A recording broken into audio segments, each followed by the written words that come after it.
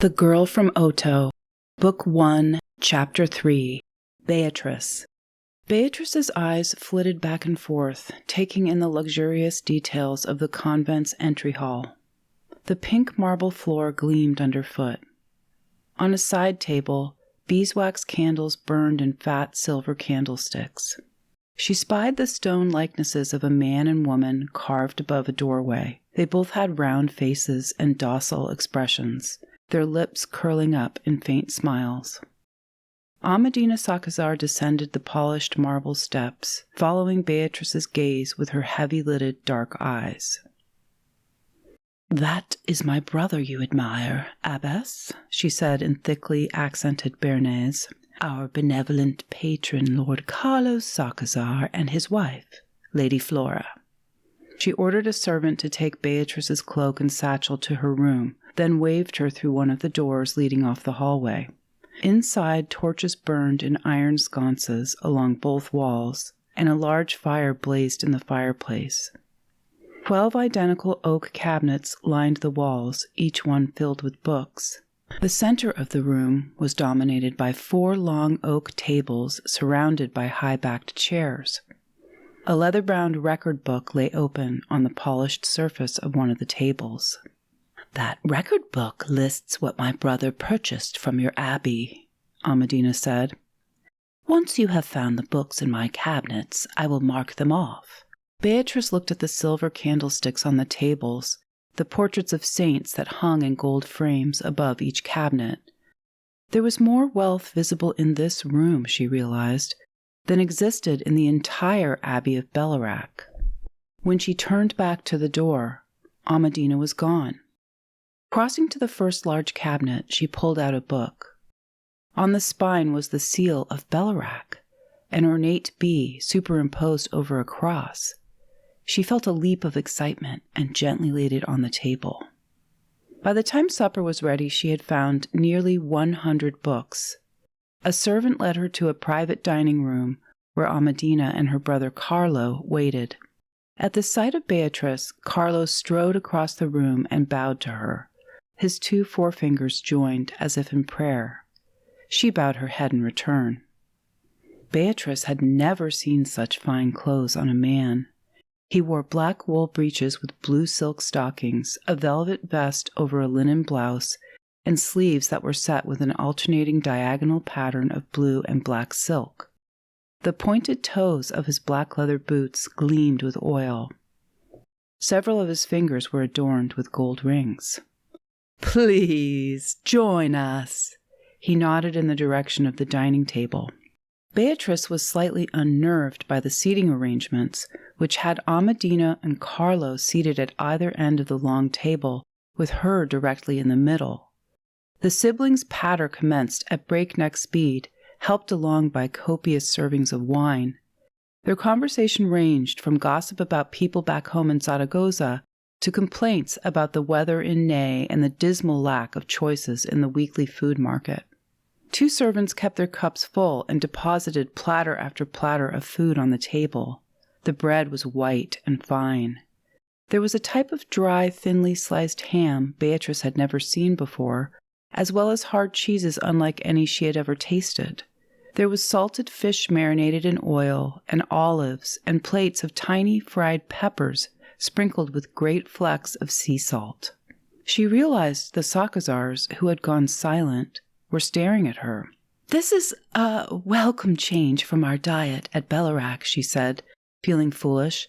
"I am most grateful." "Good, good." Carlo's smile reappeared. "We are happy to host you. How do you find our convent? Is it to your liking?" "I find much to admire in it. What you will not find here are vulgar goings-on," Amadina said. "In my house, piety and propriety reign." Carlo nodded. "My sister is a fine abbess. She follows the wishes of Her Majesty Queen Isabella to the letter. Our queen, quite rightly, desires all religious houses to once again be places of quiet contemplation, prayer, and reverence rather than boarding houses for the wealthy. This is Béarn, not Aragon, Beatrice said. I respect your desire to carry out Queen Isabella's wishes, but the fact remains that many religious houses would cease to exist without borders. She sipped her wine. Amadina's face grew red. What you will not find here are women with private parlors entertaining visitors at all hours of the day or night, she said hotly. We observe strict rules of silence, obedience, and prayer. My brother is an abbot too, you know. He presides over not one but 2 monasteries. He has imposed Queen Isabella's philosophy at those places as well. It is my duty to help Her Majesty bring back the proper decorum to these places, Carlo said. Do you know, before I took over the monastery of St. Christine, there were women living in the dormitories with the monks. That is not the first such instance of impropriety in a monastery, Beatrice said. Impropriety is one thing, Carlo said. Violence is quite another. Some years ago, a monk was murdered in the chapel at St. Christine's, and the murderer was never brought to justice. The brute may still walk among us today. He placed a spoonful of salted fish on a slice of ham and deftly rolled it up. A horrible travesty, is it not? Amadina asked, stuffing a pepper in her mouth. A spray of juices dribbled down her chin. She snapped her fingers at a servant, who rushed over and blotted her mistress's chest with a towel. Suppressing an urge to laugh, Beatrice feigned intense interest in a platter of cheese tarts. With the moral decay all around us, your strict regimen of prayer and reflection is all the more impressive, she said, once she had regained her composure. There is ample time for work as well. Every sister in the place is spinning and weaving from dawn to dusk, save for prayer time and meals, of course. I oversee the work, to ensure the nuns are as industrious as God intends. Amadina's dark eyes glittered. Beatrice imagined her patrolling rows of silent nuns as their fingers flashed, working their distaffs and threading their looms. They must produce a large quantity of cloth, she said.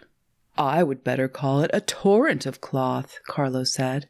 Or perhaps an avalanche. He glanced at his sister, who preened at the compliment.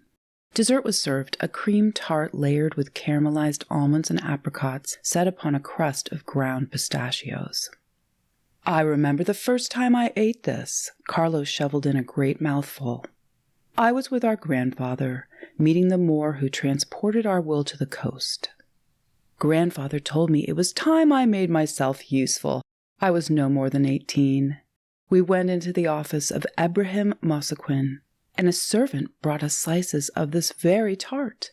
It was a specialty of his family. Why did you transport your wool to the coast? Beatrice asked. The Italians wanted nothing to do with our wool until the wars between England and France strangled the English wool trade. Suddenly, our wool became fashionable in Florence.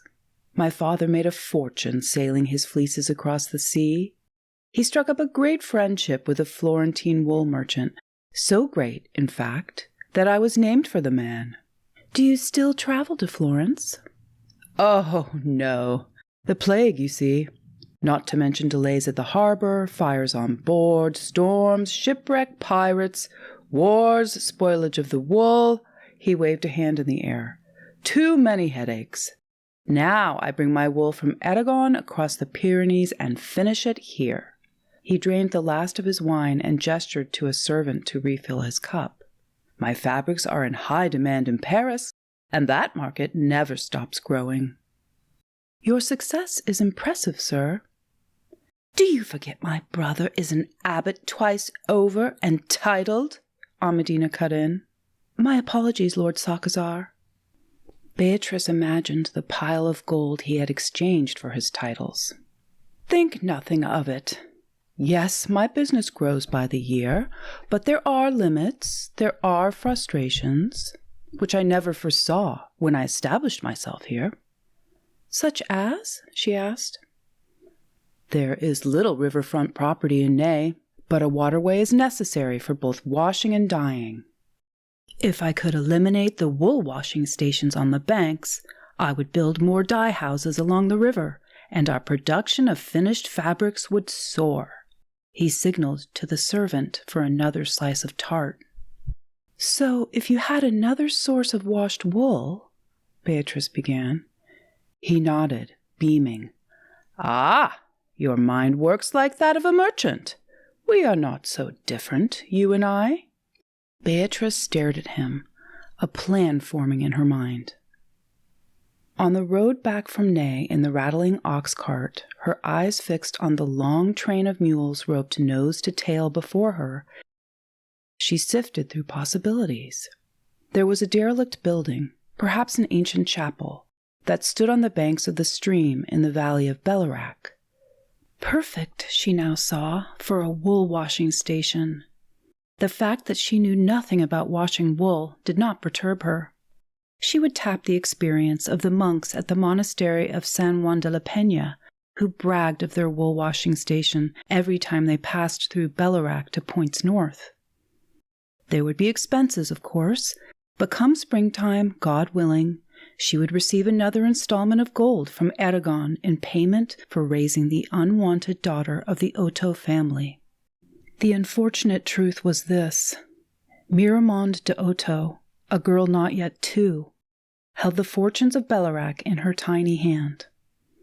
The mule train rambled slowly south into the mountains, past rushing streams and cool forests, its progress marked by the creak and clatter of hooves and equipment, the grunting of animals, the shouted instructions of men.